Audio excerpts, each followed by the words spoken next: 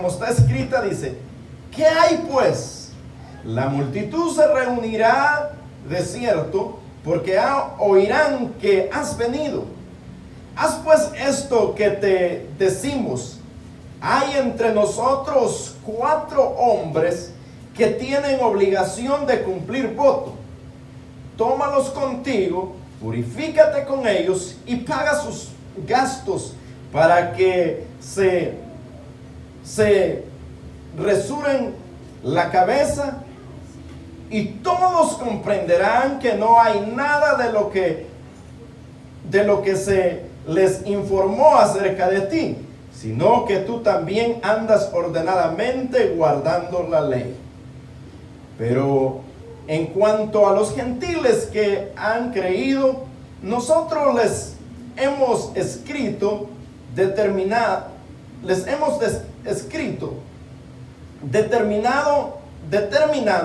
que no guarden nada de esto, solamente que se abstengan de lo sacrificado a los ídolos, de sangre, de ahogado y de fornicación. Entonces Pablo tomó consigo a aquellos hombres, y el día siguiente, habiéndose purificado con ellos, entró en el templo para anunciar el cumplimiento de los días de la purificación, cuando había de presentarse la ofrenda por cada uno de ellos. Versículo 27. Pero cuando estaban para cumplirse los 7 días, unos judíos de Asia, al verle en el templo, alborotaron a toda la multitud y le echaron mano, dando voces: varones israelitas, ayudad. Este es el hombre que por todas partes enseña a todos contra el pueblo, la ley y este lugar. Y además de esto, ha metido a griegos en el templo y ha profanado este santo lugar. Porque antes había visto, dice, porque antes habían visto con él a un ciudadano, a uno en la ciudad de Trófimo, dice, y en la ciudad a Trófimo de Éfeso, a quien pensaban que Pablo había metido en el templo. Así que toda la ciudad se conmovió y se agolpó el pueblo, y apoderándose de Pablo, le arrastraron afuera del templo, e inmediatamente cerraron las puertas y procuraban ellos matarle. Se le avisó al tribuno de la compañía que toda la ciudad de Jerusalén estaba alborotada. Tomando luego soldados y centuriones, corrió a ellos, y cuando ellos vieron al tribuno y a los soldados, dejaron de golpear a Pablo. Entonces, llevando el tribuno, le prendió y le mandó atar con 2 cadenas, y preguntó quién era y qué había hecho. Pero entre la multitud, unos gritaban una cosa y otros otra, y como no podían entender nada, de cierto, a causa del alboroto, le mandaron llevar a la fortaleza. Al llegar a las gradas, aconteció que era llevado en peso por los soldados a causa de la violencia de la multitud, porque la muchedumbre del pueblo venía detrás gritando: ¡muera! Cuando comenzaron a meter a Pablo en la fortaleza, dijo al tribuno: ¿se me permite decir algo? Y él dijo: ¿sabes griego? ¿No eres tú aquel egipcio que levantó una sedición antes de estos días y sacó al desierto? Dice que levantó y sacó al desierto los 4 1000 sicarios? Entonces dijo Pablo: yo de cierto soy hombre judío judío de Tarso, ciudadano de una ciudad no insignificante de Cilicia, pero te ruego que me permitas hablar al pueblo. Y cuando él se le permitió, Pablo estando en pie en las gradas, hizo señal con la mano al pueblo, y hecho gran silencio, habló en lengua hebrea diciendo: varones, hermanos y padres, oíd ahora mi defensa ante vosotros. Ahí vamos a dejar la lectura. Vamos a orar, vamos a darle gracias a nuestro Dios esta tarde y a pedirle que nos hable esta noche a nuestro corazón, y que la palabra de Dios pueda hacer esa obra que solamente ella puede hacer en nuestros corazones. Padre de la gloria, Rey maravilloso, en esta tarde le suplicamos, Padre Santo, que su Espíritu Santo nos hable al corazón, Señor, que a través de esta lectura, Señor, y al meditar en ella, podamos no solamente, Señor, fortalecernos, sino, Padre Santo, formar nuestro carácter, nuestra vida cristiana, Señor, con determinación y principios y valores, Señor amado, eternos en nuestra vida cristiana. Ahora, Señor, guíenos en el meditar de su verdad. Instrúyanos, Señor. Sea usted solidificando nuestras vidas y fortaleciendo nuestro espíritu, nuestra alma, y que nuestra vida, Señor, sea honre y glorifique su santo y poderoso nombre. Le damos gracias, Señor, en el maravilloso nombre de Jesucristo, nuestro Rey y Salvador. En ese nombre hemos orado, Padre Santo, y en ese nombre le damos gracias. Gracias, Señor. Amados hermanos, ahora damos por finalizado el capítulo 21, en el cual hemos estado meditando algunos detalles muy importantes acerca de este capítulo 21. Pero acá, hermanos, nosotros el viernes pasado estuvimos viendo algunas verdades fundamentales en este capítulo 21, donde aclaramos algunos conceptos para nuestra vida cristiana. Y de todo eso llegamos a la conclusión que en realidad la vida del cristiano, todo lo que haga el cristiano, debe de ser con el fin de darle la gloria a Dios, de exaltar el nombre de nuestro Señor y Salvador Jesucristo. En el versículo 21 que ya leímos el viernes anterior, nosotros encontramos que Pablo llega a Jerusalén y ya está en Jerusalén. Al llegar a Jerusalén, entró donde estaban los ancianos, y estaba ahí Jacobo también. Al llegar ahí vimos una nobleza tan extraordinaria en el corazón de Pablo, que se dirigió a saludarlos a todos.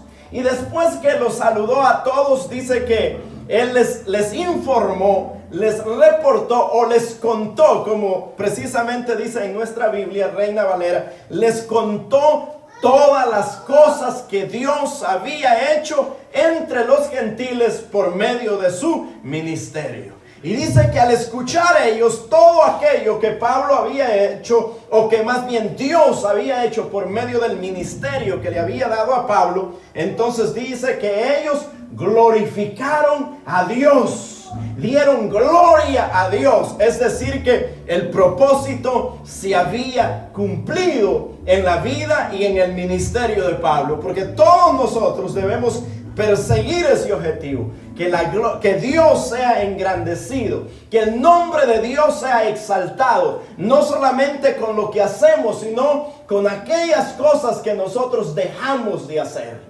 aquellas cosas que antes hacíamos y ahora ya no las hacemos. Eso exalta el nombre de Dios, porque la gente dice, él era de esta y de esta manera, pero hoy es diferente. Es decir, que no es solo lo que hacemos, sino que lo que no hacemos también tiene que exaltar el nombre de Dios. Pero recuérdese que antes de esto es solamente el final de la llegada, el final del inicio. Podríamos decir, es el final del inicio, porque ese es el momento nada más de la presentación de Pablo en Jerusalén ante los ancianos. Es decir, que ahí va a iniciar realmente a lo que Pablo ha llegado a Jerusalén. Recuérdese que desde antes ha habido una intención de los hermanos que Pablo no suba a Jerusalén. Una y otra vez se le ha dicho: Pablo no suba, Pablo no vaya, Pablo no, porque había sido anunciado una y otra vez que Pablo sería encarcelado, que Pablo sería llevado preso. Entonces los hermanos, de alguna manera, por nuestro afecto a nuestro hermano, entonces ellos querían de alguna manera evitar lo que a Pablo le esperaba. Pero las palabras de Pablo fueron claras y precisas. Y él dijo: no solamente estoy dispuesto a ser encarcelado, sino a morir por el nombre de Cristo Jesús. Pero es que eso se puede decir fácilmente. Eso cualquiera lo puede decir. Pero Pablo no solamente lo ha dicho de palabras, sino que lo ha dicho con la profundidad y con el conocimiento que eso requiere. Ahora estamos ya en el lugar exacto de la prueba. Ahora Pablo está en Jerusalén, está reunido con los hermanos, y ellos, después de exaltar a Dios y de dar gloria a Dios, hacen esta pregunta, que es donde nosotros iniciamos el versículo 22. ¿Qué hay pues? ¿Qué hay pues? Porque el versículo 21 dice: pero se le informó, se ha informado en cuanto a ti, que enseñas a todos los judíos, dice, a todos los judíos que están entre los gentiles, a apostatar de Moisés, diciendo que no se circunciden a sus hijos, ni obedezcan las costumbres. Ahora estamos en el lugar de los hechos. Pablo está ya en Jerusalén. Todo estaba bien, hasta que los hermanos de Jerusalén se acordaron el problema que ellos tienen. Hay un problema que en Jerusalén los hermanos se están convirtiendo a Cristo. ¿Y qué pasa cuando la gente recién se convierte a Cristo? Traemos un trasfondo. Traemos nosotros ciertas cosas en nuestra vida que tenemos que trabajar con ellas. Y no solamente están los nuevos que se convierten a Cristo, que hay que trabajar con esas cuestiones que nosotros traemos, muchas veces culturales y muchas veces religiosas. No solamente hay que trabajar con eso, sino que hay que trabajar también con los enemigos de la fe. Y pudiéramos llevar esto a un plano muy contemporáneo. Cuando usted se convierte a Cristo, usted llega muy feliz a su casa y dice: acepté al Señor. Lo primero que le preguntan: ¿dónde? ¿Qué iglesia es? Ah, no, yo conozco algunos que van ahí. Peor donde te fuiste a meter. Es decir, no solamente tenemos la lucha de nosotros tener que aprender los nuevos valores cristianos, porque nosotros tenemos, cuando llegamos a la iglesia, tenemos que ser nuevamente formados. Porque la Biblia compara al nuevo creyente como un niño que nace de nuevo. Es decir, que hay que formar ese niño con principios, valores cristianos, valores, y no valores terrenales, sino valores eternos. Valores que no tendrán efecto quizás en esta vida, pero en la eternidad sí. Tal vez valores que nosotros mañana no tengamos un resultado de ellos, pero en la eternidad nosotros tenemos cultivados esos valores.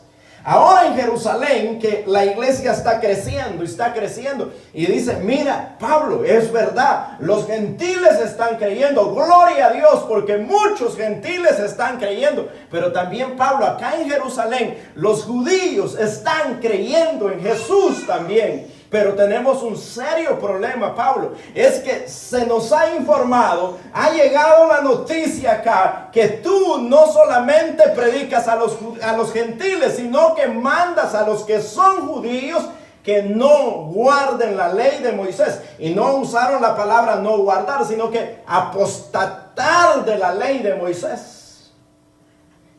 Y eso era un gravísimo problema para los judíos. Ya nosotros vimos anteriormente que Pablo lo que Pablo llevó es el conocimiento pleno de lo que la ley era. Que la ley simplemente, como dice Pablo, es el ayo que nos lleva a Cristo. Es decir, que la ley en sí no es el producto. La ley simplemente es el camino que nos va a conducir a ver nuestra calidad de vida, que somos incapaces de poder agradar a Dios, y eso nos va a hacer que necesitemos de alguien, de un Salvador, y ese Salvador es Cristo Jesús. Entonces la ley nos conduce a Cristo Jesús. Por eso Jesús, cuando Él habla de sí mismo, dice, ¿no has leído en los escritos de Moisés? Es decir, Moisés había sido un profeta, y no solamente un profeta, sino un prototipo de lo que Cristo vendría a ser, no solamente para Israel, sino que para el mundo entero. Porque así como Moisés había liberado al pueblo de la esclavitud egipcia, así Cristo vendría a liberarnos a nosotros de la esclavitud del pecado. Entonces lo que Pablo estaba enseñando, que la ley tenía la incapacidad de salvar al hombre, sino que la ley hace todo lo contrario. La ley condena. La ley condena. La ley es para condenación, pero la gracia es para salvación. Entonces Pablo dice, lo que la ley no pudo hacer está en la gracia, que es Cristo Jesús. La incapacidad del hombre de cumplir la ley, Cristo la vino a cumplir. Entonces hay la satisfacción en Dios porque alguien cumplió la ley. Y ahora, al cumplir la ley Cristo, nosotros ya no necesitamos cumplirla, porque nosotros estamos en Cristo Jesús. En Cristo Jesús. Entonces, cuando ellos van a llevar a Pablo acá, después de la alegría y de celebrar, gloria a Dios, Pablo, le hacen esta pregunta en el versículo 22. ¿Qué hay pues? En otras palabras, ¿qué vamos a hacer? ¿Qué vamos a hacer? Recuerdes el trasfondo de Pablo. Pablo es un judío, 100% judío. 100% judío. Es importante entender eso. Mire, la Biblia toda la Biblia fue escrita por judíos. Jesucristo es descendiente de los judíos, del linaje de David. Entonces, eso es importante tenerlo en mente. Pero la pregunta que ellos le hacen a Pablo ahí es, ¿qué vamos a hacer? ¿Qué hay pues? ¿Qué hay con esto? Pareciera una pregunta de esperar una respuesta de Pablo que dijera, es verdad, yo los he inducido a que no guarden la ley, o es mentira. Pero Pablo se mantiene sereno. No sé si usted se recuerda que Pablo escribió después y dice, yo entre los judíos me he hecho como a los judíos, y ante los gentiles como gentil. Ante los que guardan la ley, como si yo guardara la ley, aunque no guardo la ley, pero dice, no estoy sin ley. Aunque ante los que no tienen ley, como si yo no tuviera ley, pero no que no tenga ley, tengo la ley de Cristo. Entonces Pablo es un hombre extraordinariamente dotado de conocimiento de la gracia de Dios, que va a saber manejar estos asuntos. Pablo no es un hombre que está desesperado, angustiado y que no sabe qué hacer. Los angustiados eran los de Jerusalén. Él sabe y está consciente que Dios tiene un trato específico con él. Dice Pablo anteriormente, que ya lo leímos, yo, dice, voy a Jerusalén sin saber qué va a pasar conmigo allá. Solo dice que el Espíritu Santo me da testimonio a mí que me esperan cárceles y tribulaciones. Solo un breve comentario a esa idea clara que Pablo tiene, distinta a la de los predicadores de hoy. Los predicadores de hoy lo tienen que esperar con un hotel, con un cuarto bonito y con un vehículo si es posible. Pero vea la función que Dios iba a ejecutar en Pablo. Dice, solamente que por el Espíritu me da testimonio que a mí me esperan cárcel y tribulación. Alguien dijo que los hoteles de Pablo eran los sótanos, los calabozos, donde no había luz, donde no había cama bien arregladita, donde no había servicio al cuarto directamente. Esa era la vida de Pablo. Pero él está decidido a ir hasta allá por amor a Cristo Jesús, por amor al nombre de Cristo Jesús. Ahora, la pregunta para nosotros sería, ¿hasta dónde nosotros estamos dispuestos a ir por el nombre de Jesús? ¿Cómo nosotros reaccionaríamos ante la presión que se nos viene encima? ¿Cómo reacciona el ser humano cuando está presionado? ¿Cuál es nuestra actitud? Muchas veces perdemos el control, muchas veces hablamos lo que no debemos de hablar. Pero Pablo pareciera que está siguiendo el ejemplo de su maestro, nuestro Señor Jesucristo. Dice que él, como cordero mudo, fue llevado al matadero y no abrió su boca.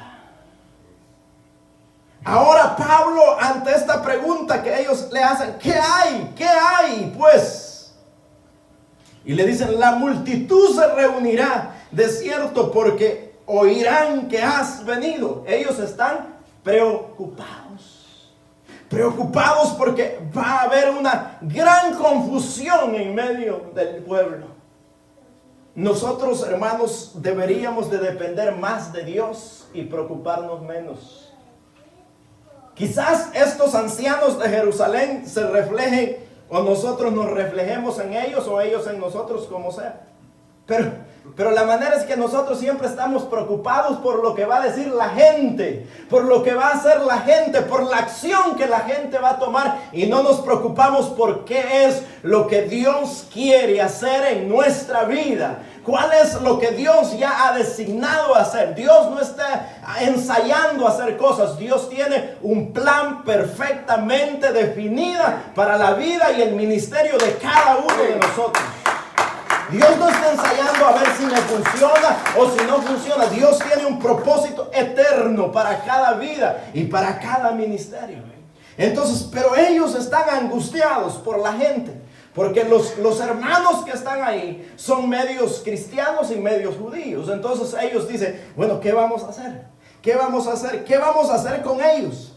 Y ellos le hacen una propuesta a Pablo. Y veamos la gentileza de Pablo.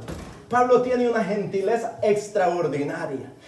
Por eso le digo, es un hombre de cabeza fría, de sensatez. Es un hombre que no se deja ir por el impulso, sino que tiene dependencia de la guianza de Dios. Ellos en el versículo 23 le dicen, haz pues esto que te decimos. Es decir, ellos ya le habían estado proponiendo a Pablo que él fuera a presentar un sacrificio con otros hermanos más.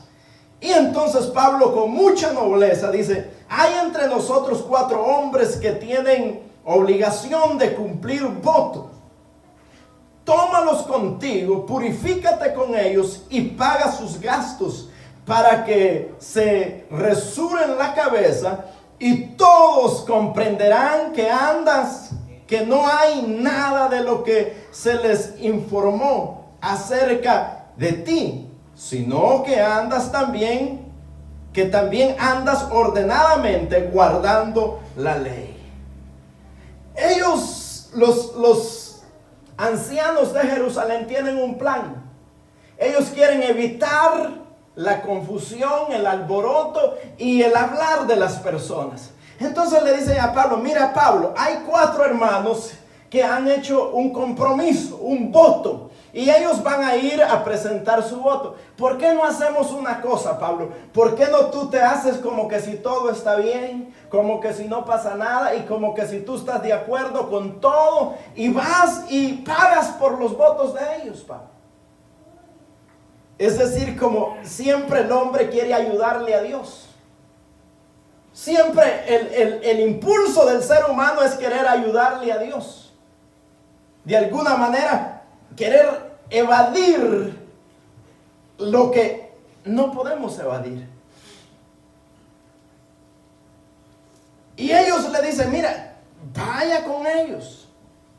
Y Pablo obviamente va, porque Pablo es un hombre judío que conoce la ley. Este era un voto que ellos habían hecho, nazareo. Entonces en ese voto ellos se comprometían a guardar. Si usted quiere leerlo o tener alguna información acerca del voto nazareo que se hacía, lea conmigo Números en el capítulo 6. Ahí está el voto nazareo. Dice el Números capítulo 6. Habló Jehová a Moisés diciendo, habla a los hijos de Israel y diles, el hombre o la mujer que se aparte haciendo voto de nazareo para dedicarse a Jehová, se abstendrá de vino y de sidra, no beberá vinagre de vino, ni vinagre de sidra, ni beberá ningún licor de uvas, ni tampoco comerá uvas frescas ni secas. Este era el voto nazareo. Entonces ellos habían hecho un voto. En el versículo 13 habla ya no de el voto, sino de cómo pagar el voto. En el versículo 13 dice, esta es pues la ley del nazareo, el día que se cumpla el tiempo de nazareo, vendrán a las puertas del tabernáculo de reunión y ofrecerán su ofrenda a Jehová, un cordero de 1 año sin tacha en holocausto, y a un cordero de 1 año y a un carnero sin defecto por ofrenda de paz.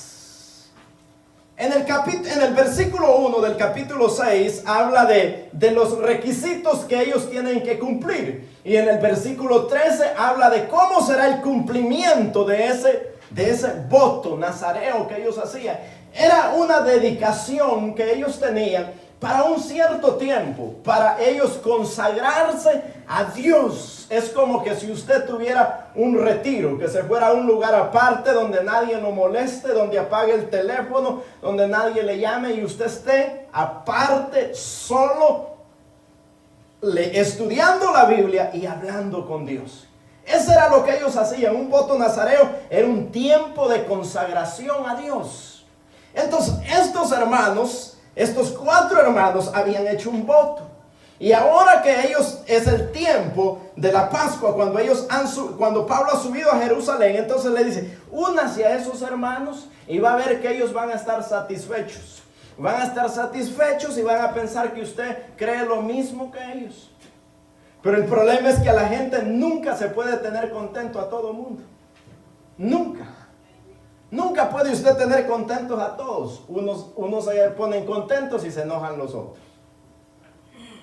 Entonces Pablo, que es un hombre muy noble y que sabe que eso no tiene ningún afecto para él, porque él es un judío, él podía practicar lo que era el voto sin ningún problema, porque él es judío.